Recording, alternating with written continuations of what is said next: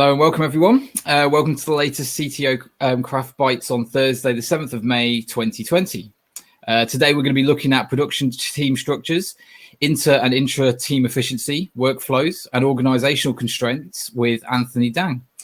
If this is your first time at CTO Craft, let me tell you a little bit more about this group. CTO Craft is a mentoring and coaching community for technology leaders around the world, focusing on supporting technologists in their leadership growth.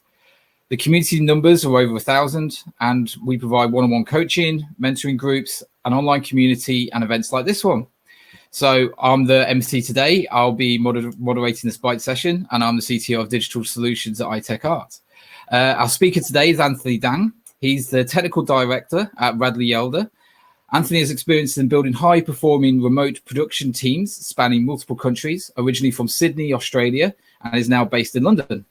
Anthony, if you could just give us a quick short introduction to yourself, please. Hi, I think that was actually the introduction.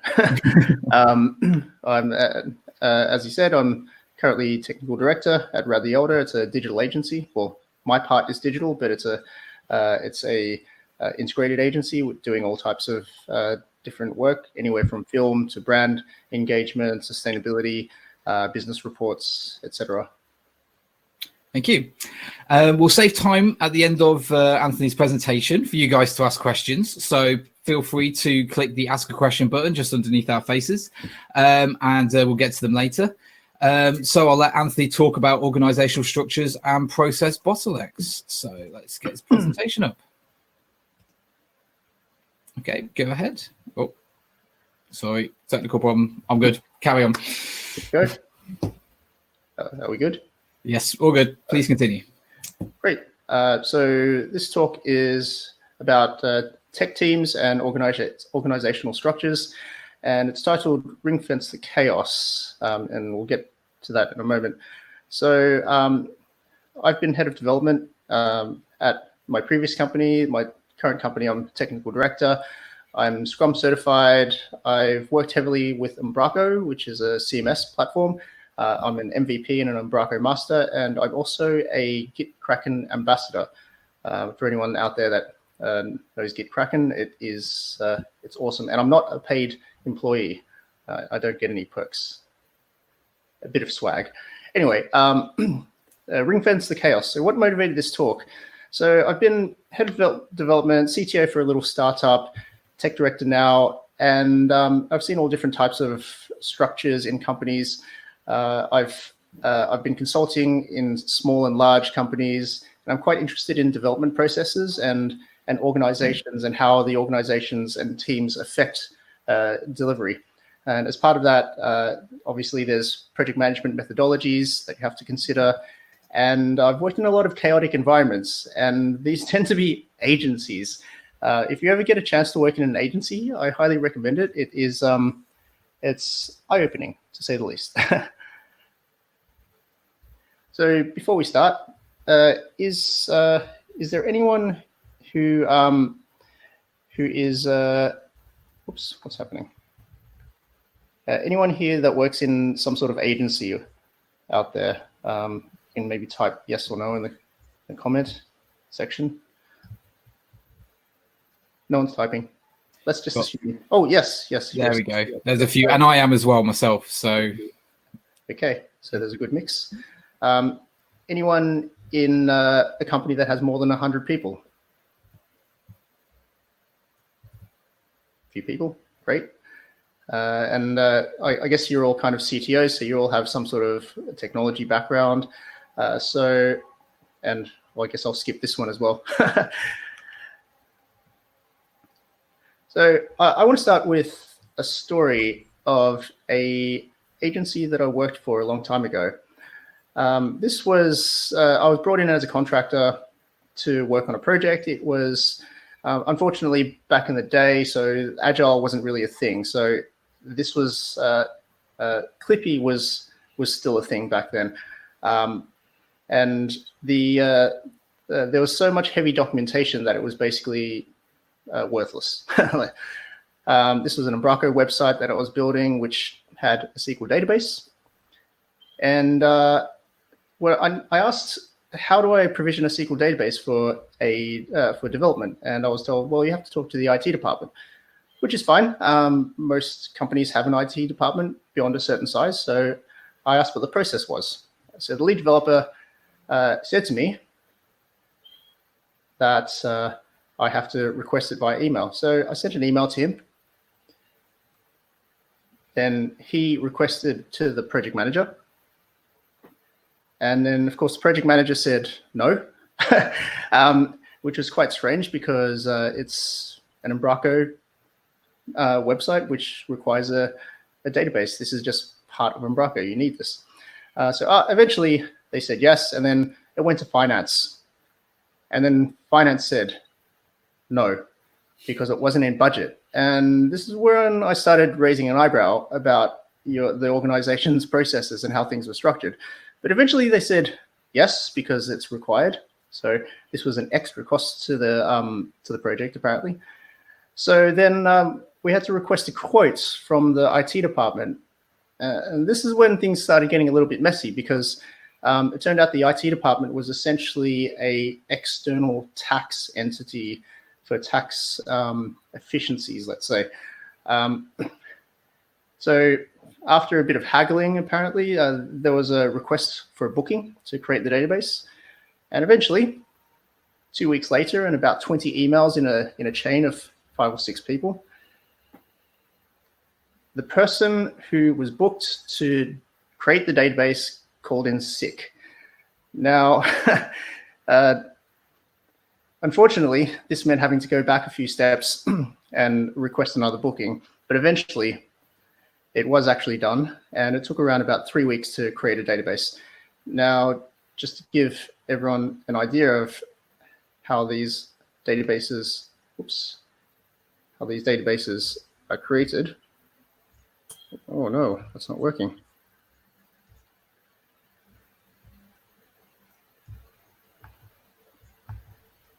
Nope. Technical difficulty.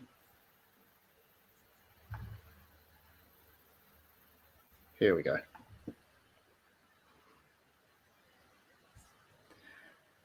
So right-click, new database, give it a name, and that's your database. So what are some observations in this organization? Well, firstly, there were a lot of hierarchical improvement gates, which slowed things down. For some reason, things needed to go through finance, even though the project was already approved and the project was an Embraco website, and Embraco requires a database. The database needed to be approved by finance, which was totally strange. Super heavy documentation, which apparently wasn't good enough, because the documentation obviously didn't have the fact that you needed a database. And some interdepartment dependencies, which involved a lot of time and waiting, and overall just a lot of bottlenecks. So at each stage, it doesn't need to be this difficult, but organizations evolve this way for various reasons. Unfortunately, trying to change them is a little bit difficult. So how do you know if you're actually a bottleneck for your company, whether it's individually or whether it's your team or your department? How do you know if you're a bottleneck? One telltale, really obvious way to know this is morale. So I consulted for one company, and there was I complained about the fact that this Visual Studio project had, I think it was something like 120 different projects in the solution, and it took about 15 minutes to compile the application, which was totally insane. And one of the developers poked his head over and said, "That doesn't stop you from getting paid." And I'm thinking, okay, you guys are probably really inefficient in a lot of different ways. So if the morale is quite low, then there's no real motivation to improve things, which is really sad. So as leaders, we need to be able to measure success. So to be able to say the average time to complete, well, okay, the average time to complete a database creation is only a couple minutes, realistically. I mean, even after you log into your computer and and open up the application and right-click, that's surely under an hour. So that's not necessarily a great way to measure your performance. The better way, in my opinion, is to measure the time from when you agree to do the work until the actual delivery. So as we just saw in the example, when the IT department agreed to do the work, there was actually a week or so lag because someone called in sick, and then eventually they had to reschedule, and then so if this is a current occurrence, then your perceived efficiency outside of your team or department is actually quite low. So another way to work this out is ask other teams or departments about your delivery time. So ask them, is the delivery time fast enough so that their team stays efficient? And you'd be surprised. A lot of the time, the answer is no. And they'll definitely have some recommendations on how you can improve. And that's something that is very important.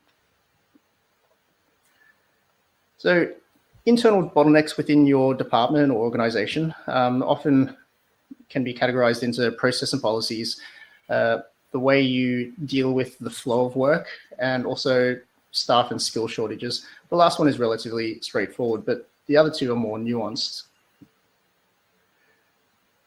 Another story. A long time ago, I consulted for a company, and the IT department had said no Wi-Fi is allowed. Okay, but the marketing department really wanted to have Wi-Fi installed. So what do you think they did? They went off and bought a Wi-Fi router and just installed it themselves. So this is one scenario where your processes are not really fit for purpose because they can be easily subverted. They obviously have valid reasons for not allowing Wi-Fi, because if everything is cabled, it's going to be more secure. Fine. But if this is slowing down other departments and your processes are actually easy to subvert, then your processes don't really have any business value. So I tend to find this a lot with IT departments. Everyone has a story about IT says no. They have totally valid reasons, but if you can subvert them, then are they actually valuable? And you may have processes in your own department that are the equivalent. In terms of processes, I want to talk about flow of work and how the work is considered. So when we're talking about delivering work, what we're actually talking about is once you're finished delivering it. But in many organizations, the focus tends to be more about starting the work rather than finishing it. And starting the work is important, but if you're starting lots of things and not finishing them, then your delivery time actually goes down and your perceived effectiveness and efficiency goes down as well. I'm not sure if anyone's familiar with Kanban processes, but in this example, the top three, let's call them resources because they're faceless, they're doing work, and we have some people here needing things done. Let's assume these are project managers or stakeholders of some sort. Now, what happens when one of them becomes unavailable? Well, you've just killed 20% of your productivity. These two people can't get their work done. And this is quite common in organizations that have a utilization perspective when it comes to the work they need to do. A different approach would be to have any of these resources to be able to do the work. And instead of scheduling the work, create a queue. Now, when one of them is away or is unavailable, the other two can still pick up the slack. And yes, things slow down a little bit, but things still actually keep moving. So you don't have the scenario on the left where things are just stopped dead. When it comes to resourcing, resourcing is always an interesting discussion, because if you're stealing people from one team to put them into another, what you're essentially doing is crippling one team and slowing them down.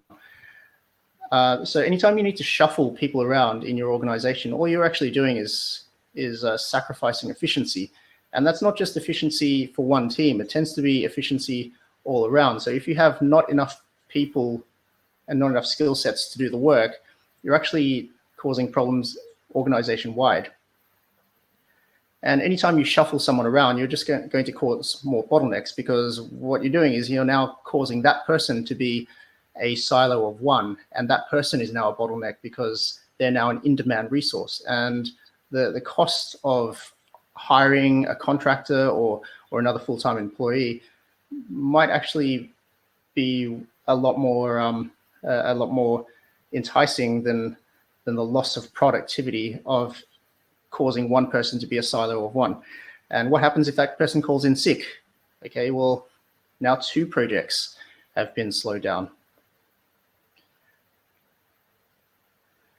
So in terms of configuration of teams, I want to talk about the different skill sets of the types of people that are available. So if many companies will want to get experts in the team, because experts can deal with really hard things like architecture, optimizations. But an expert is essentially another silo of one. And if you have multiple experts, so one that does DevOps, one that does backend, SQL, search, frontend, JavaScript, all of these people are now silos of one, and they're all multiple points of failure in your team. So this is not desirable, but it depends on how your way of working is. Others would prefer to get generalists, which has the opposite kind of effect. So these people can do virtually anything. They tend to be more suited to things like maintenance. You generally wouldn't get generalists to deal with very difficult work like database SQL optimizations, I don't know, scaling, architecture, because they tend to not be as good as the experts, which is quite obvious. And the problem with this is you can, if your team is full of generalists, then you tend to have more code debt, and eventually you'll have more entropy in your code base, which can cause a lot of problems down the line. So my preference is to hire generalists that have specializations. So this is kind of the best of both worlds. You have people that have specializations, but they can drop their specialty and help other people with their tasks if needed. You will sometimes need to get an expert in, but it will tend to be an expert that does something super specific that the others can't do. And hopefully you would get them to train up the others so that they can become specialists in the thing that they just did.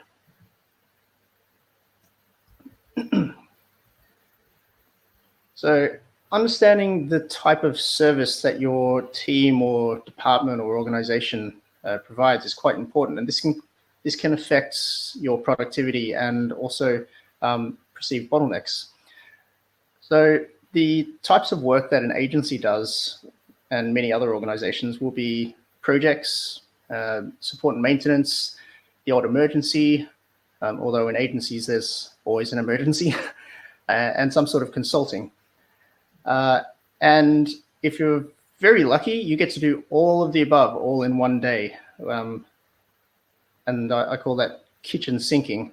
Feel sorry for developers that are pulled between different types of work every single day. So here are those service types again. Here is a classic hipster developer. He has ginger hair, so I think that meets our diversity quota, right? Just joking. In many companies, we have a scheduling system. You can't schedule emergencies, so we'll take that out of the equation. So in agencies, you tend to have people that are pulled between different bits of work, and that's quite inefficient. And what ends up happening is if you need to book in work all the time, then the project manager or stakeholder in the company will tend to not remember to book in a deploy. they'll book in the work, but they won't book the deploy because individuals are shuffled around everywhere. And I've had this in the past, and it's quite funny because, well, funny in a tragic way. Because I've looked through code repos and seen branches which were never merged in, and some of these are 6-7 months old, and the only thing I can do is really delete the branch. The work was done, but there's been hundreds of commits after this, and there's nothing realistically I can do except delete the branch, and that just ends up wasting money. So that's a waste of the time spent to do the work and the time it takes to figure out what is going on with the code base, and then just to delete the work, which is a real shame. So the types of work that you do can affect your processes and the way of thinking. A few weeks ago, it was obviously very hard to find toilet paper in the shops. The supermarket did actually look like this. I went to my local Tesco, and I've seen this before in booking systems. So when project managers know about work coming up, they do some preemptive booking, which totally makes sense for them because they want to make sure that people are available for their work, for their projects. But if every project manager does this, what you end up with is an empty calendar or a full calendar, depending on which way you look at it.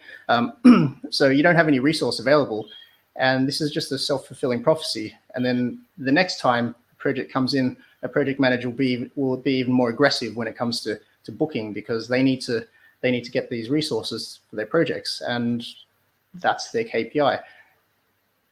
So breaking this habit is actually quite difficult, and it involves more than just telling project managers not to do it. It involves system change and a habit change and perceptions. So systems can be very, very difficult to break out of. If a system is the nexus of the whole company or the organization, everyone relies on it, and it becomes almost like a safety net, like a safe space. As long as my numbers are in the system, then I'll get the work done. Unfortunately, when trying to break away from systems, you can cause a lot of problems. And I experienced this in my current company. The trust and confidence of people external to my department was, let's say, a little bit strained because, hey, there's a new guy, he wants to change things. But what I didn't really factor in was the fact that people might feel really attached to the old system. Everyone knew what the problems were. We wanted to be more efficient. We needed things to be a bit more fluid, but breaking away from that system was actually quite problematic. And we did at first say to the external project managers, hey, just keep using the system. We'll put a generic developer and generic designer in on that line. And that still caused a lot of problems because the PMs were more accustomed to knowing who was going to work on their project far in advance so that they could ask them many questions leading up. So this was quite difficult. If I had the time again, I would probably spend more time with external people trying to listen to their concerns and get their buy-in about what we're actually trying to do. So yes, change does ruffle a lot of feathers. If anyone's interested, this is called a silky chicken, I believe. I didn't know anything like this existed, but yeah, when I was Googling ruffled feathers, this was one of the first things that came about. Anyway, when we were trying to change things in the department, what we wanted to do was change the way that people used the system by adding generic users in nameless resources. But that was really hard to adopt because people were used to hearing people's names and reading people's names. And adopting new types of ways of doing things was quite difficult. especially when the old system was still there, and trying to educate people. People felt that we were being less cooperative because we were suddenly hiding names. But in reality, we didn't know who was going to be doing the work, because when emergencies pop up, people get pulled away, different types of work streams, people call in sick. And ultimately, what we needed to do was abandon the system altogether, which actually caused a lot of problems because people felt like there was chaos coming along. It was chaotic for external people, but for the internal people in the department, it was more of a relief, because now we're no longer feeling that we're being micromanaged. But yeah, changing anything really needs to factor in how you're affecting other teams, and are you causing them to be slowed down in any way, because there might be extra work that they need to do. Just want to talk about project management methodologies. Project management isn't just about whether you do Waterfall or Agile or Scrum, Extreme Programming or Kanban. It's more about the maturity of your team. So this is a little chart here. On the left, you have basically the evolution of processes in companies. At first, it's quite chaotic because maybe you're a new team, new organization, you're just trying to get your processes created. Analytic is the part where you have some rigid processes in place. The next one is when you start getting a little bit more fluid, because everyone knows the process. So let's go out of process every now and then to be a little bit more efficient. And the last one is more akin to the ad hoc, chaotic, but it's more organized and you actually get things done. There's other models that represent this. This is just the simplest one I found. And it's all about the maturity of your team. In waterfall projects, they tend to be quite heavy with scoping and upfront work. So this is a classic waterfall project. As you can see, it's sliding down like a waterfall, and each stage is essentially a gate for the next stage. Doing waterfall projects isn't necessarily a bad thing. I know that most developers will say waterfall sucks and we shouldn't do it, but sometimes you have to do waterfall, and it depends on the type of project and the stakeholder as well, and also the type of work. So the stakeholders such as government projects tend to be quite heavy and prescriptive, and the type of project might be very heavily design focused. So maybe you're doing mostly a design refresh with a little bit of development at the end. So if the design brief is very specific, then actually waterfall kind of makes sense, or at least makes sense for that section of the project, and maybe that section of the project is 80% of the value for the stakeholder. But you can actually introduce some agile principles into waterfall projects. They don't have to be so rigid and chaotic. So one example is you could add some check-in points. So there are many clients out there that are resistant to agile because they don't understand it, or they think it's a bit too chaotic. But if you say to a client, we want to do a demo every 2 weeks or every month with you, just so that we can give you assurance that what we're delivering to you is going to be good quality, and we want to make sure that you know that we're doing good work. So we want to have these check-in points for you, and you'd be surprised. Most clients will say, "Yeah, that makes sense. Okay, I won't be available, but someone else will be available, and if there's any feedback, then they'll give the feedback." Well, that's an agile principle right there. And the more frequent you get these feedback loops, the better the project outcome will be. So it doesn't have to be just waterfall with a big bang or failure at the end. So some things that affects the agility of your team is, as I said, their maturity. So how long the team has been around, how often they've worked together, how long they've worked together for. And you'll find that teams that are quite mature can release to production a lot more often. So some very advanced teams can release multiple times per day. So once you do the work, it's QA'd very briefly. You may have some automated testing, or you should have automated testing actually, and everyone's confident, so you could deploy multiple times per day. Another thing that affects agility is the centralization of leadership. So if you're in a company that has a lot of hierarchy, that means you have a lot of approval gates. And what you'll often find is someone saying, oh, well, this needs approval. Well, if you have an approval gate, then that means the team isn't allowed to make their own decisions. And this is more of an education piece for the organization as a whole. You shouldn't, for trivial things such as a database being created, that shouldn't need hierarchical approval gates. So I'm Scrum certified, so I'm a little bit biased, but Scrum is a framework that allows you to give a little bit of structure to your teams as they're learning how to be more agile.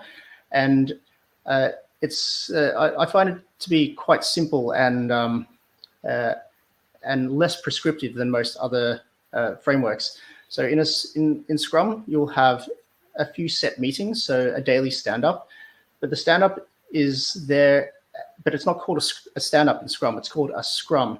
And the reason it's called a Scrum is because in other agile methodologies, a stand-up is basically a status meeting, but the Scrum is not a status meeting. The Scrum is an unblocking meeting. So what are we doing that needs unblocking? There's other meetings as well. So sprint review, sprint retrospective, and a planning meeting. And that's basically it. That's all there is to Scrum. There are these prescribed meetings with specific purposes and time boxes, and it allows you to be as flexible as you need to within your team or organization. And this scales as well. So this can scale up to large projects. So when you're learning agility, you need something like Scrum with some prescription so that you have some points to hit every single week. As I said, mature teams are quite fast. They might actually feel that sprints are too slow. So in Scrum and Classic Agile, you'll have sprints which will be anywhere between 2 weeks or a month. I wouldn't go anything longer than a month personally, because I think that's too long. They're able to release more rapidly than the sprint. And as I said, they might want to do multiple times a day. A mature team won't want to do too much formal planning. They would rather get given the work and they'll work it out as they go. They'll have very fluid communication and they can just get things done. And they tend to swarm on tasks. So if something is difficult, in a mature team, someone will say, hey, I need help. And 2 or 3 other people would come along and just help to do it. So things like sprint planning, sprint retrospectives, and sprint reviews tend to be less critical for mature teams, and they may even find these rituals to be slowing them down, because they may be thinking, why do we need a sprint planning meeting when we can just get on with the work? Why do we need to have a sprint retrospective when we're not really doing sprints? We're just doing lots of work and it's going straight out the door. So mature teams tend to be leaning more towards Kanban as a workflow methodology. In Kanban, the key point is to visualize the amount of work and visualize the flow.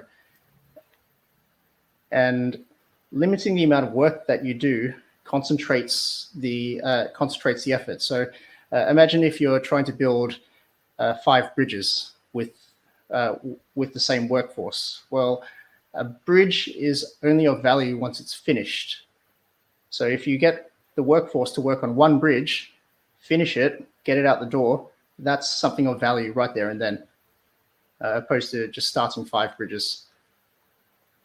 Kanban is also about managing flow. So it's about unblocking work. And if anyone has any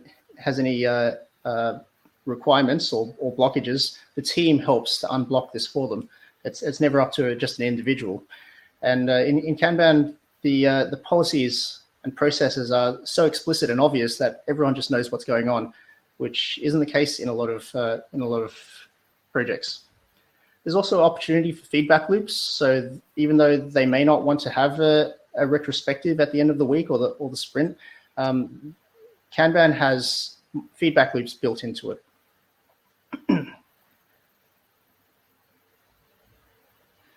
So talked about bottlenecks, team configuration, and all the different service types and challenges and different project management methodologies. Now I want to talk about agencies. So what happens when you have inter and intra-team dependencies, varied project types, support agreements, and emergencies that pop up out of nowhere? So in Radley Yeldar, this is what we've ended up doing.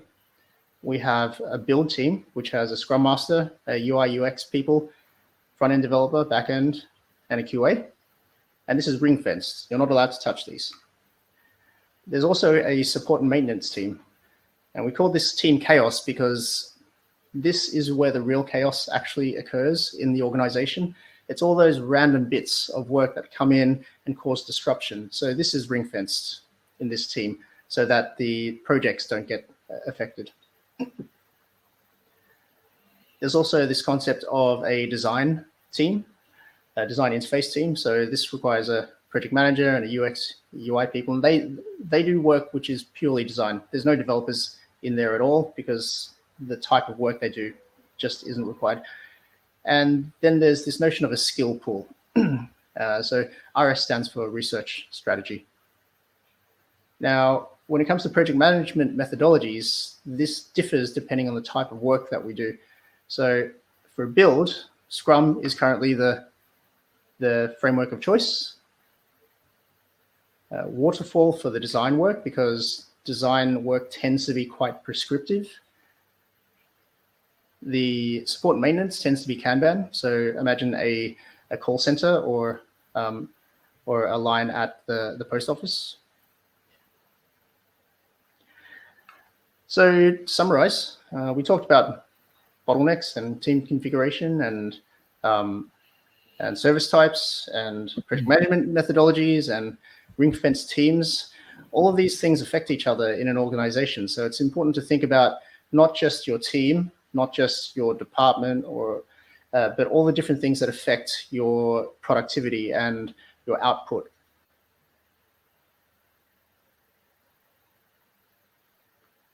And that's the end of my presentation. Thank you.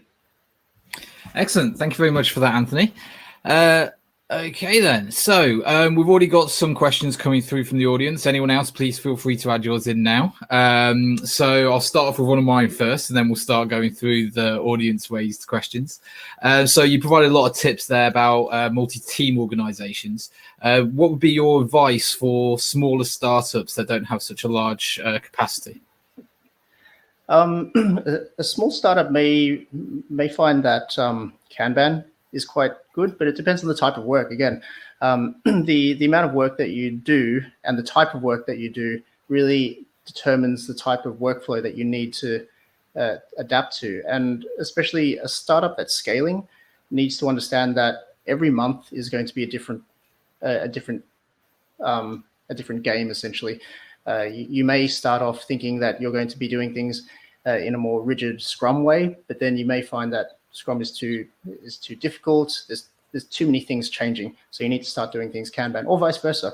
As you scale, remember that everything that you do is going to change almost on a monthly basis, depending on how fast you're scaling. Excellent, thank you. Okay, then let's just crack into some of the audience's questions then. So essentially, one of the ones that Jonathan raised, essentially for data scientists to get access to data in a microservice environment, obviously for the last 4 or 5 years, this has been growing quite heavily. They no longer have direct access to databases like they used to when they were in monolithic environments. Instead, they have to wait for developers to code APIs to access data in that service. So for data science to be adopted faster within an organization, what would be your recommendations to and how they could actually remove the bottlenecks and make the DS more productive to be able to produce results. So just so that I see if I understand the question, there was a change in the organization which locked down databases. They're using microservices environments, so therefore it's no longer direct access to data to a full database like in monolithic. So in microservice, maybe the data could even be separated, I would have thought, or at least not have a single clear access to a direct database, I would say. Yep. So it depends on your microservice infrastructure, but typically it's a good idea to start doing some database replication. This is definitely an architectural discussion, but if you talk to Ian Cooper, he will be able to talk your ear off about the pros and cons of this. But essentially, to be able to get access to databases that used to be available in a monolith, but are now sectioned off into microservices, you need some sort of replication that occurs either on a trigger event or maybe even on some sort of schedule. Yeah, that makes a lot of sense. Obviously, if that was an option for them, that would be great. Yeah, hopefully that's an option. Okay, great then. Stock exchange company question here. So a stock exchange company in the legal space, they have a lot of security. They hire people remotely and have many policies that block tools at the beginning, and fixing it requires asking support. And obviously that takes time. Devs get frustrated because they have ideas on how to fix problems inside the business, but it's hard for them to change the old structure and workflows. So within organizations, people are afraid of change, probably normally at the more managerial levels, I'd assume. How would you go about introducing new ideas and improvements in an old-fashioned company? It really depends on how receptive the managers are and what their style is. So many managers will need evidence and proof. And if you can provide that evidence, that if we start using Slack instead of massive email chains, then we're going to improve productivity. And here is the proof. Then that's a bit of firstly, that's a bit of an education piece for the managers, but also that's a process and policy change, because here's clear proof that if you do this, then you will improve productivity and hence profit. That's one way to do it. Okay, excellent. Thank you. We've got a couple of smaller ones, I think easier to answer questions. How do you manage the product team changing requirements mid-sprint? Team changing requirements mid-sprint. You don't do it. You shouldn't change the team in the middle of a sprint. Ideally, not even in the middle of a project, because if you're doing agile and you're doing, or actually just in general, how do you know what your velocity is if the team is constantly changing from week to week? You need a stable team. You can swap some people in and out here and there, and that could be based on any number of factors. I had a conversation today about swapping members of the support maintenance team into project teams and the frequency of that. Well, obviously you don't want to swap people in and out every week, because that's just too chaotic. Every 2 weeks, probably still too much. Every month, probably doable. The idea of that was because obviously support and maintenance is boring and sometimes really, really mundane work. So you don't want to encourage your developers to leave the company because they're just doing support and maintenance. You want to keep them excited doing new work. So you need some sort of rotation. And for me, I think a month at an absolute smallest interval, ideally every 2 months, if they can handle the support maintenance for that long. Sure. And essentially, I might not phrase that question correctly. Essentially, what about when the product team changes the requirements? So not just, I think the answer for the teams was great, but also when they actually change the requirements mid-sprint. Changing requirements mid-sprint.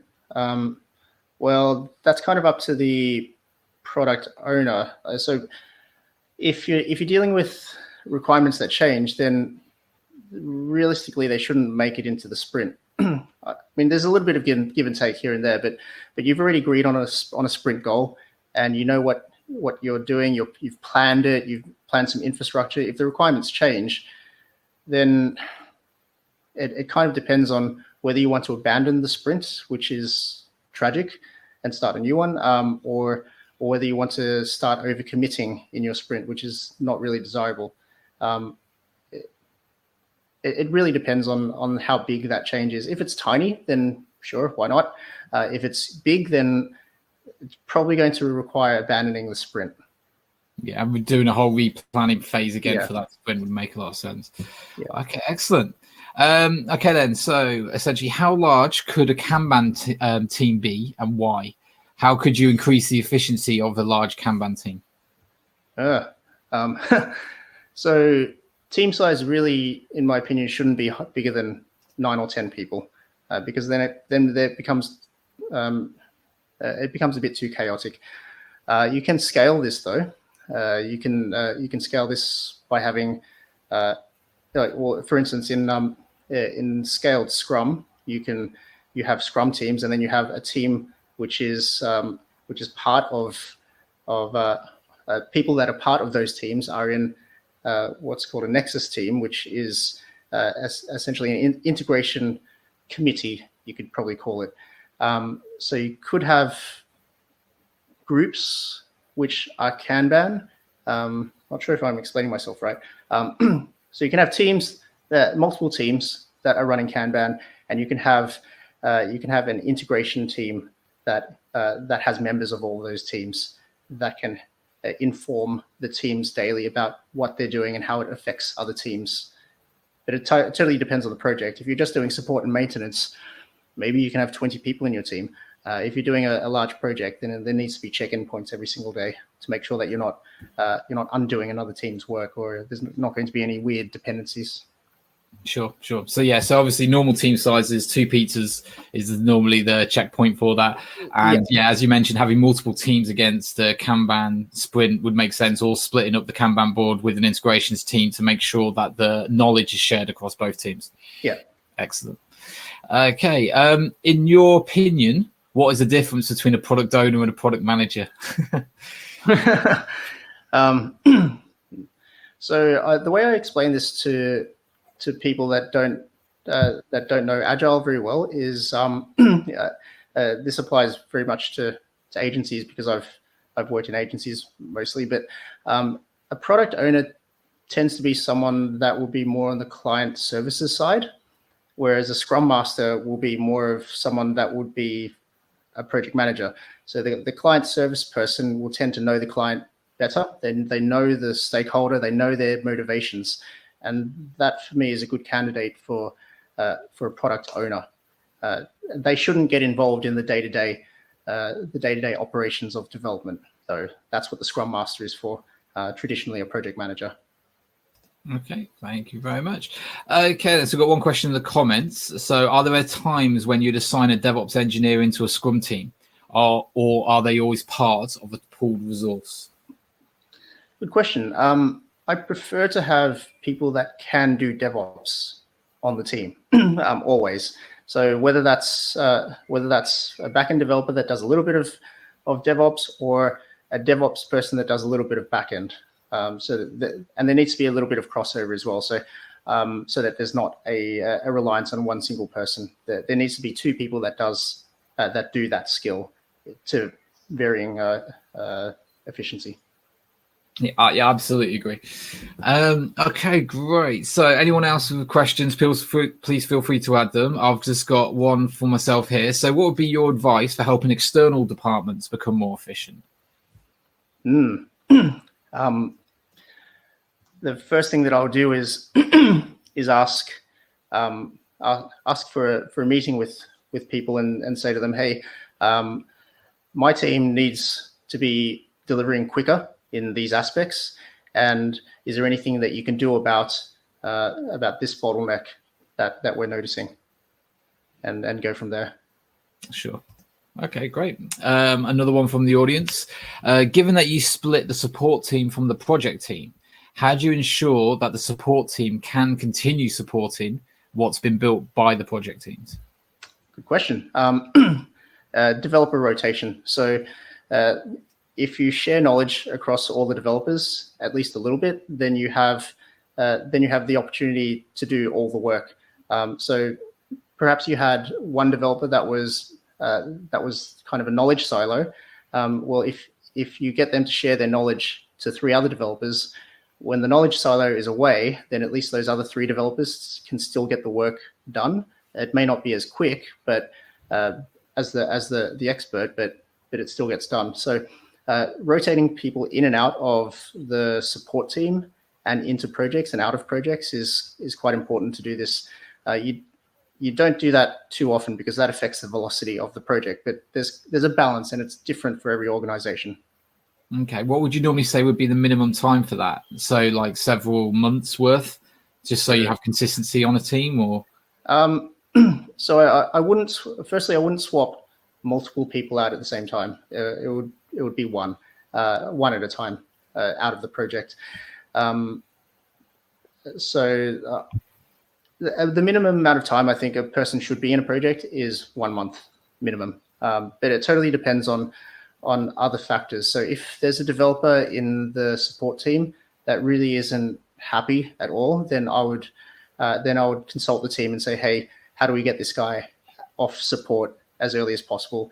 Can someone volunteer to maybe take over a few of their duties? But it totally depends on the organization and the skill set available.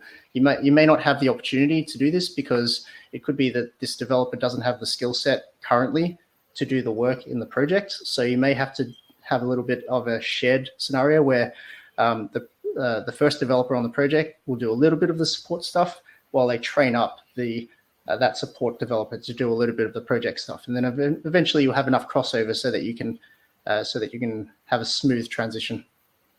Excellent.